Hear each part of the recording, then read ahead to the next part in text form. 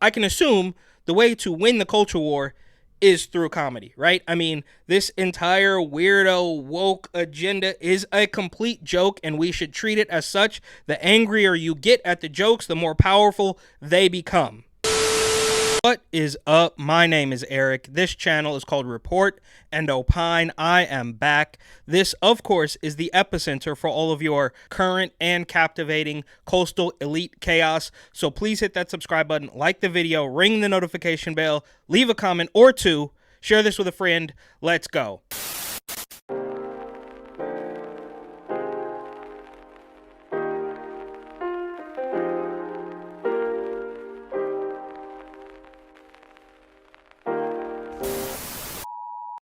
So, another day, another story about the migrants. I wish I didn't have to do this. Well, I guess I don't have to do this, which is also kind of like how the migrants don't have to come here, but they choose to, and I choose to talk about it. So here we are, and right now in New York City, they are asking for it. They are desperate. They're waiting for a James O'Keefe henchman to come in and infiltrate because they have posted a job listing straight to Craigslist.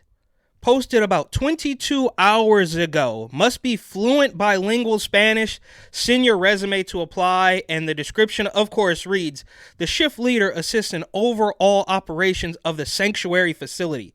The shift leader supervises a team of resident aides/intake coordinators and ensures compliance with all state and city regulations and agency policies and procedures.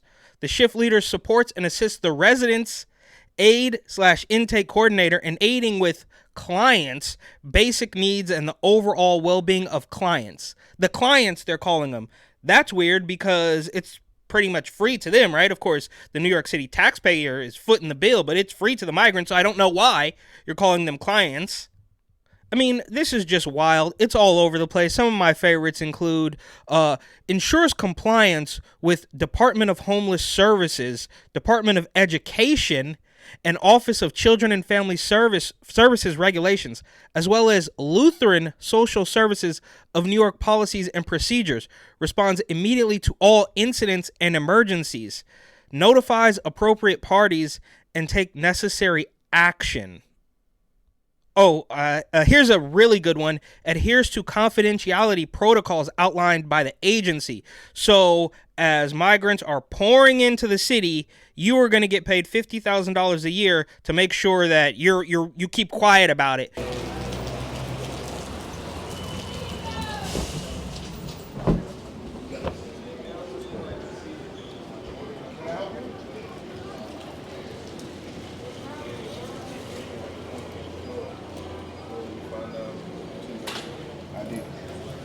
ID? No, was You got your? No, I'm talking to someone. You got your ID? no, I don't have my All right, ID. there's a shelter. You need to have an ID. Oh, you can't record in here, please. Why not? You can't record in here. Why? You're not allowed to record in here. He's recording. You cannot record in What are you here. doing? You cannot Yeah. record in here, brother. Please go. Why? You have to get out. Why You not? don't belong in here.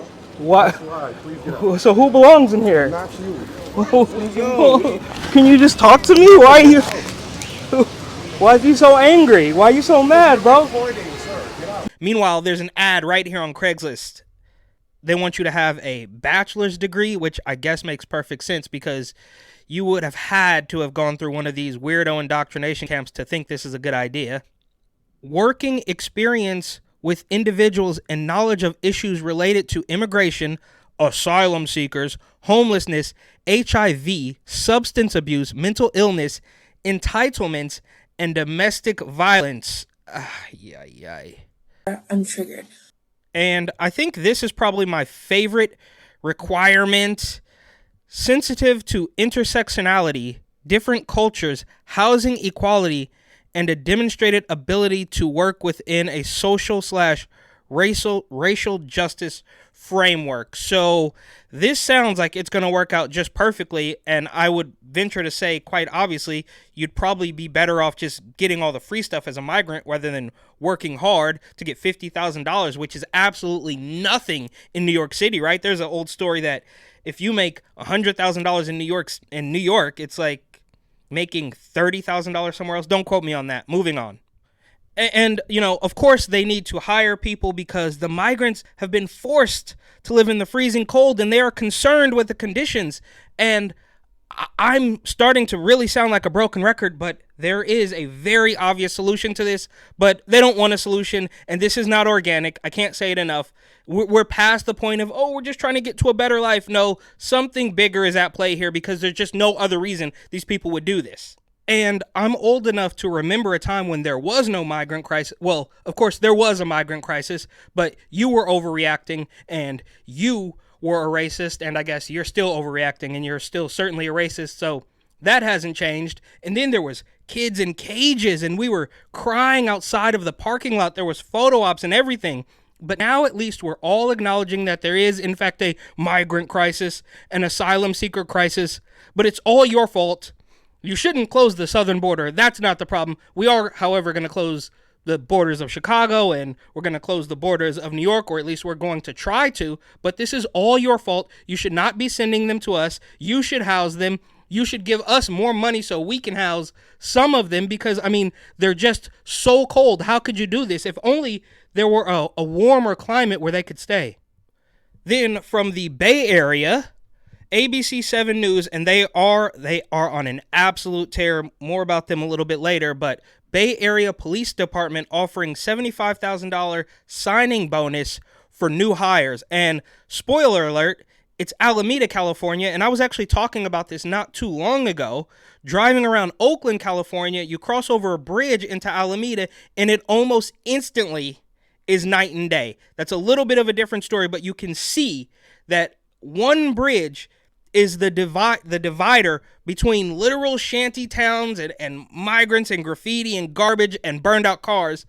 And then right over in Alameda is pretty clean because they're not quite as crazy. And as you can see, I think somebody has sort of budgeted better and is offering police a hefty signing bonus. And look, it's a huge rabbit hole that I'm not willing to go down at this particular moment, but it makes perfect sense. And I literally was saying this like 2 weeks ago. Why is Alameda so much better than Oakland? And this is part of the reason.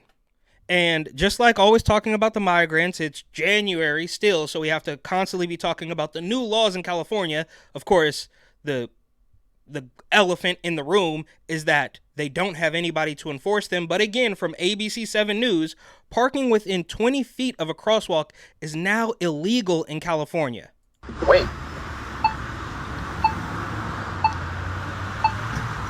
The law is simple. Don't park within 20 feet of a crosswalk, whether it's marked or not. SFMTA told us parking control officers will now issue warnings. If you're within the spirit of the 20 feet, they'll be okay. They're not going to take out a tape measure. But we did.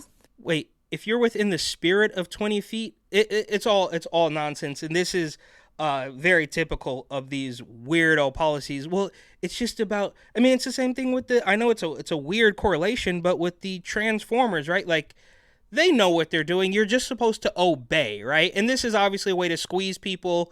Meanwhile, they don't have anybody to enforce these laws. And the real crimes that are happening all over San Francisco and California at large, those aren't being enforced. But this will be because people with cars have money and they're going to pay it. And there's also some good comments in here. Maybe we'll get to that a little bit later. Let's keep watching. So right there is, we're going to measure. And this goes up to right here, 10. We did it in 2 stages, 10 feet at a time. So that's about 20 feet right there. Think of it as the length of a big car, but don't expect all curbs near those crosswalks to be painted red. No, it will not be painted because it's a state law now. It's basically like a driving rule. So how are people supposed to know? Wait. So yeah. They're not going to mark it. You just have to know it. It's a new law. And right now they're just issuing warnings.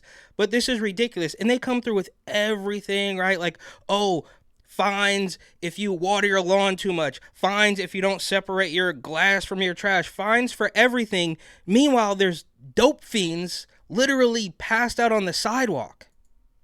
Well, that's part of the reason that we're doing this story is to increase. Oh, no, we're doing it so we can continue to move the goalposts and just squeeze whoever we can for money, anybody who's left there and stupid enough to pay us. Awareness. Did you know about that No, law? I didn't know about that law at all. So I don't know about it either. We tried our darndest to inform the public. Not that court, but it would be like, 20, so that taxi right there, couldn't be there. If you can't park within 20 feet of the crosswalk, it's going to make parking a lot more difficult for everybody. That's like a Tesla truck. But city traffic engineer Ricardo Olea told us the state is prioritizing pedestrian safety over parking. Yeah, absolute nonsense. It's always about your safety. It doesn't make any sense. This doesn't make any sense. And this is kind of reminiscent of in New York, they're going to put up sound cameras. I don't know if that makes sense, but they're going to capture sound and they're going to fine you for sound. They're going to have congestion pricing. They're trying to eliminate cars and they're not even keeping it secret. So I guess kudos to them on that. Okay, I actually want to go back and read some of the comments because it's clear that most people see through this. Everything is illegal except the illegal stuff, she says. The city is a joke now. Parking is an issue, but homeless encampments on the sidewalk and the streets are okay. How about getting the RVs out of residential areas to free up parking spots? They need to start painting sidewalks red. They be trying to force the public to take public transportation or use all this ride sharing companies. Just paint it red where you don't want people to park. Yeah, I mean, people know. It's not rocket science. And here's a clip from Raw Richie. Shout out Richie, right? He's been, documenting the streets of downtown San Francisco for quite some time now. And I think the lefties hate him, even though I don't know if I would consider him like a conservative. He's just a dude that lives down there. And he's like, yo, this is wild. Look what's going on. And apparently, a Japanese TV show reached out to him to show him around. 案内してくれるのはリッチさん。元テンダーロインのドラッグディーラーで2010 And yes, I think it's pretty common knowledge to, I don't know if it's common knowledge, but, he used to be a dope dealer and he went to jail and got out and tried to go back to San Francisco. And he's like, this is nuts. Let's put a stop to it. 19年には銃と麻薬関連の罪で2年間服役した生粋のワール。フル装備のセキュリティをつけるか聞いたが、全く必要ないとのこと。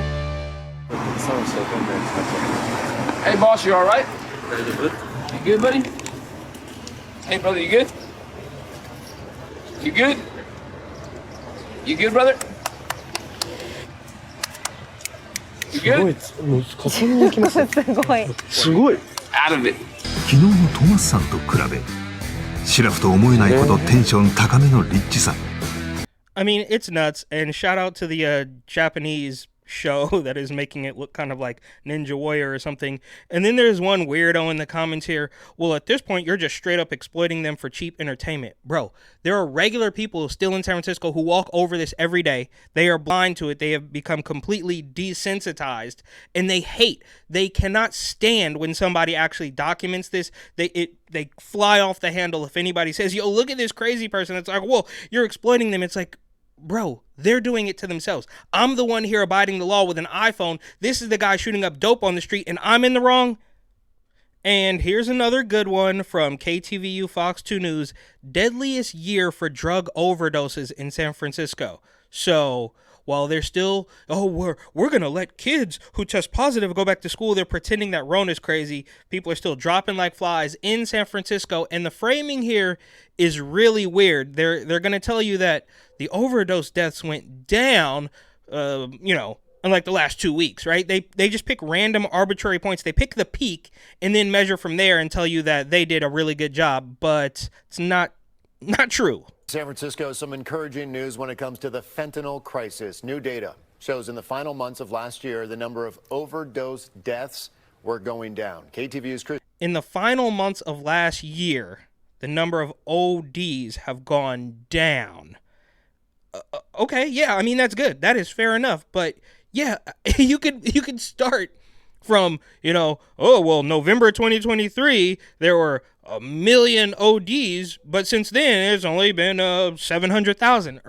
Those are obviously hyperinflated, hyperbolic numbers. But the point remains, they just pick random arbitrary times to tell you, to show the drop, and then claim they did a good thing. And there's another tidbit here that is really interesting. Christian Captain live tonight in San Francisco with more on the story. Christian? Yeah, a very thin silver lining on an otherwise very dark cloud. Last year saw the most overdoses. It was the deadliest year for overdoses in San Francisco's history. But as you said, at the deadliest year for overdoses in San Francisco's history. And this is San Francisco. It's been awful for a decade. I mean, I used to live there. It was terrible, and it's only gotten worse, obviously. Last part of that year, in the last few months, that number started trending downward, and that is a trend the city would like to extend. 2023 set a grim benchmark for deadly overdoses in San Francisco. In all, the city tallied 806 overdose deaths over the course of the year. And let's not forget, too, there was several articles about how the overdose deaths were far outpacing Rona deaths, but, that's it's not really something we want to talk too much about. It's been a tragic year for overdoses because more people have died this year than ever before. Well, the city set that all-time high benchmark for deaths. As the year drew to a close, the number of overdose deaths began trending downward. 84 deaths in January, 88 in August. By December, that number had dropped to 52 overdose deaths. On social media, Mayor London Breed noted the record number of deadly overdoses. In a series of posts, she said the city must continue to offer treatment programs and that, quote, we are also enforcing drug laws to shut down open-air drug markets. The downward trend roughly coincides with the increased federal, state, and local law enforcement crackdown in the city. City officials say it's too early to attribute the trend to increased enforcement. One thing. Okay, so the OD started trending down as they started putting more law enforcement on the street, but the city says it's too early to tell. So you did it in hopes of of dealing with this issue, and then I guess it started to work, and you said, well, we don't know if that's why it started to work. I mean, this is insane. Public health leaders are saying is that there needs to be adequate treatment programs for those battling addiction available the moment they decide to seek help. We call on our legislators to make greater investments in behavioral health care, both mental health and substance use treatment. County public health workers say they will continue to encourage those proven treatment options for users, especially those who have survived an overdose and are at a higher risk of a fatal overdose. In 2024, DPH will continue to expand treatment access and implement programs to help people get into care and to help us understand and respond more effectively and more timely. Peer addiction specialists say the key to reducing overdose deaths is treatment and having consistent and persistent care and wraparound services available for those struggling with addiction so that the moment they decide they need help, that help is available.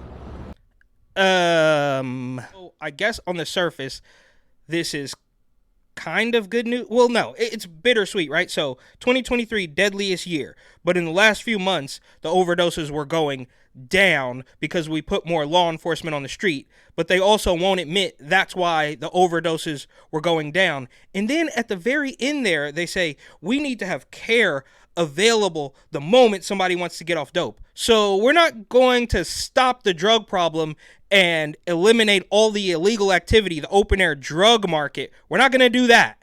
But we are going to provide help for people who I guess hit rock bottom and decide they want to get help. It's an obvious money grab. I don't know exactly what's happening. If I did, I would tell you, but I don't. However, something's happening. I'll report back with more details. And last bit from California, Gavin Newsom chooses parental freedom over banning youth football. The culture wars have come for football. So, I mean, they're mutilating children and poisoning their brain with these weirdo ideologies, but banning football was a bridge too far, I suppose. So good on Gavin, I guess, a small victory. You can now use this to convince people that you are not a complete scumbag. So here's the Kamala Harris section. from CNN fake news propaganda. I don't know who actually conducted this original interview. It looks like it's probably pretty old, but in the spirit of several Kamala Harris clips coming up, let's take a look at this one. Think of her. Is she doing a good job in office? Yeah, I think so. I really like her. Great representation. I feel like definitely it's amazing to have a woman vice president. Pretty solid job. I really do agree with a lot of the policies she's been putting out, and I think she's a great vice president. What policies specifically do you agree with? I don't really know. Can you tell me some? Maybe I don't know what her policies are. Can you name any specific? Yeah, well, of course, they don't know. It goes on like this. Like I said, I think it's a little bit older, but it makes perfect sense because Kamala Harris is the word salad queen, so these are her followers. They don't know what they're talking about either. Then in more, establishment sycophant weirdos from Joyless Reed and Charlemagne the Fraud and Tinsel Crotch, Angela Cry, they're talking about how Biden's just not doing enough for black people or something. Is there a genuine problem that Democrats have with black voters and Biden specifically?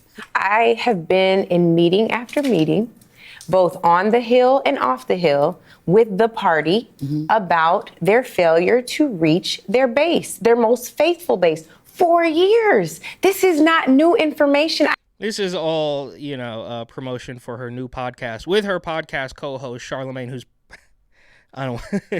he's married, but anyways, that's not what this is about. I don't know why we're surprised. I don't know why folks they said I'm not holding them accountable on segments with them and all of that. Leonard is not saying anything different than what I've heard members, including the past chairs of the Congressional Black Caucus, say to the party. And I think the joke has been made several times over, but Joyless Reed is wearing a Donald Trump wig. Saying you're not investing enough in our community. Find the lie. Jamie Harrison will tell you that is indeed the case, that they are working on it to change it. So why are we upset when people are pointing out the facts? This woman wouldn't know a fact if it hit her right in the face. All she does is whine and cry and race bait. It's completely despicable. Oh, you need to do more for the black people. Do more for the black people. It's not. Like, shut up, lady. Facts are enough black consultants aren't hired.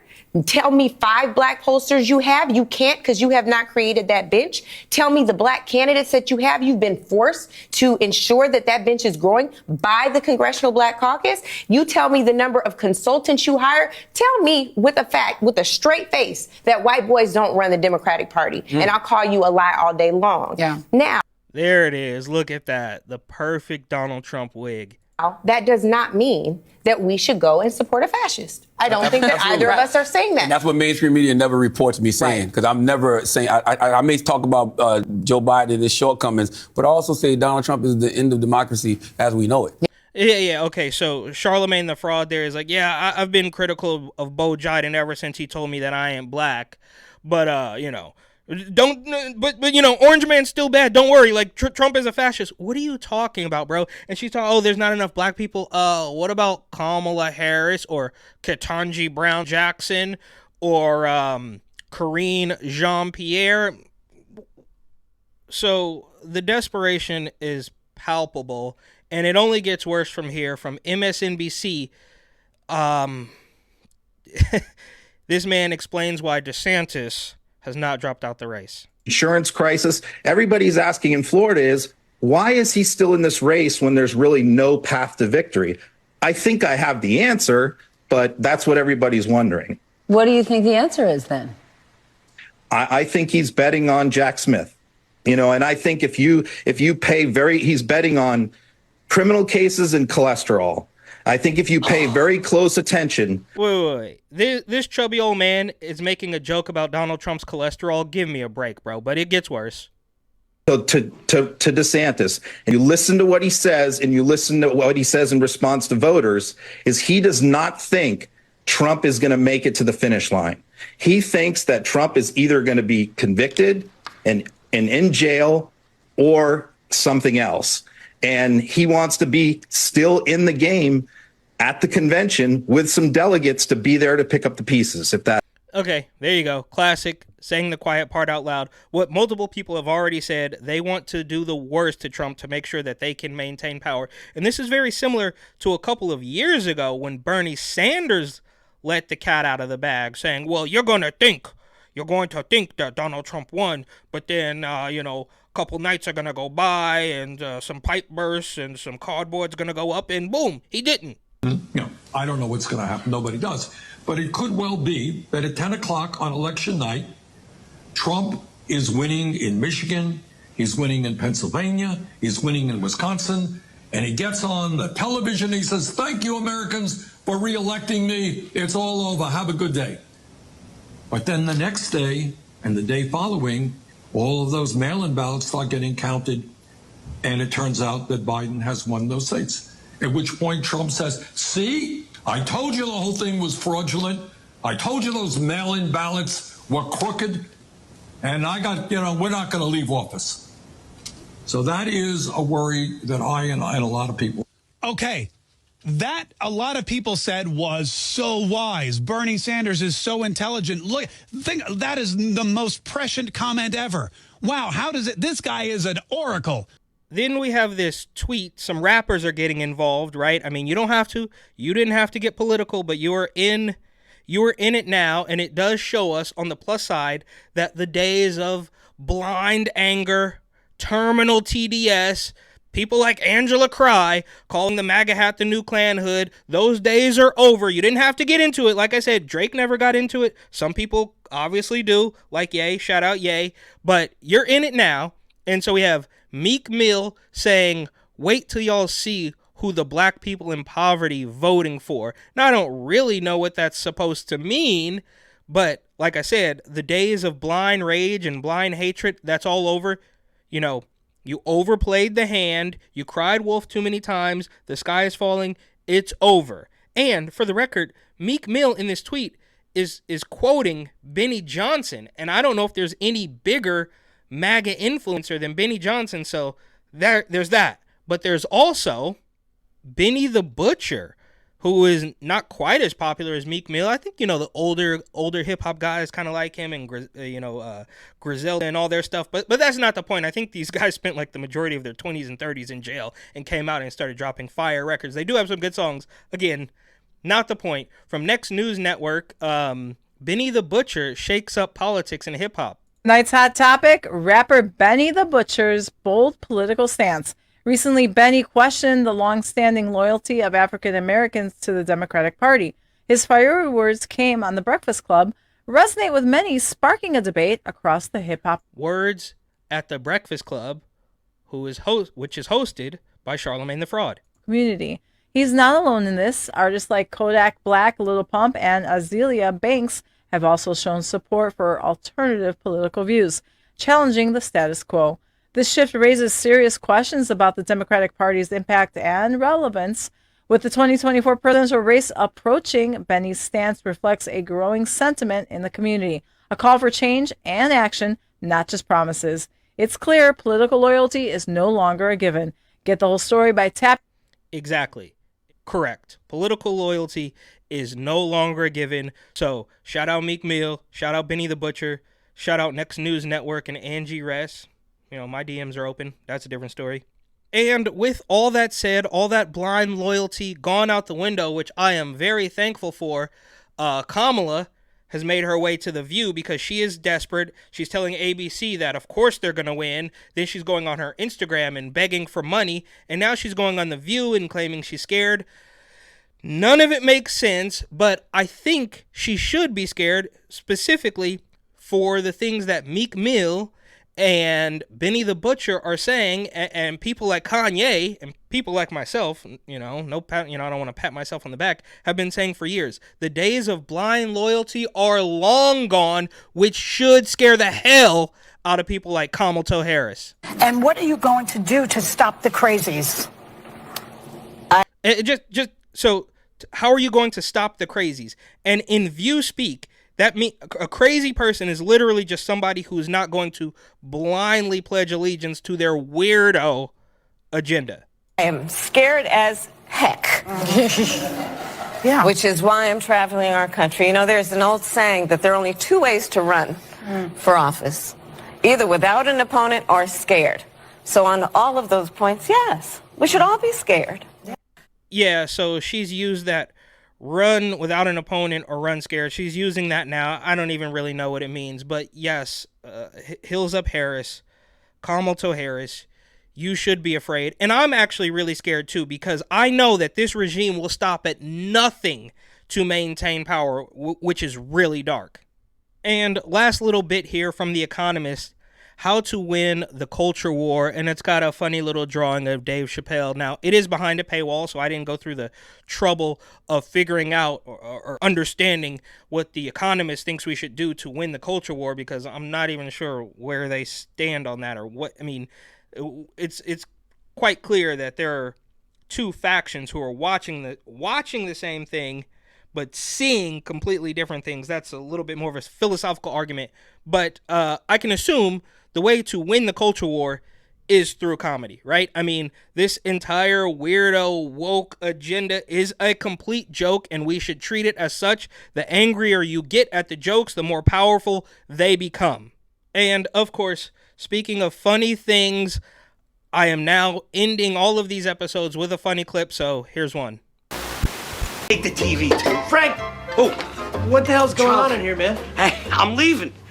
It's been great, but I gotta get something more out of my life. Well, why are you taking all my shit? Well, it was really hard to tell whose was whose, so I just decided to take everything.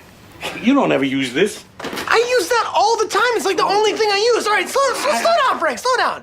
What the hell is this all about? Charlie, I need a woman. Okay. I need a woman to cook for me and clean up after me, and somebody who'll do everything I say. Well, that's just a maid. You want a maid? Yeah, that's right. A maid. A maid I can bang. Well, what the hell, man? I mean, I thought we had a pretty sweet thing going on here. Am I wrong? I mean, we had a good deal going on. We hung out. We were, breaking records, eating chicken scraps. Come on, I know you're gonna miss me. All right. Get out of my apartment, dude. I don't need you. No, wait. You know what, dude? Before you go, remember one thing. We had about the sweetest life that two men can have together, all right? And you're walking out on that. Charlie, you're gonna have to deal with it. You know why? Because I need that bang maid. All right, fine, but I tell you what, you're not gonna do very well out there without this guy, because I may not be much, Frank, but I think you'll find that I'm a pretty sweet deal once you're out there on your own. And I tell you what else, you're not gonna find a bang maid, because there's no such thing. I already did. Your mom. Goodbye.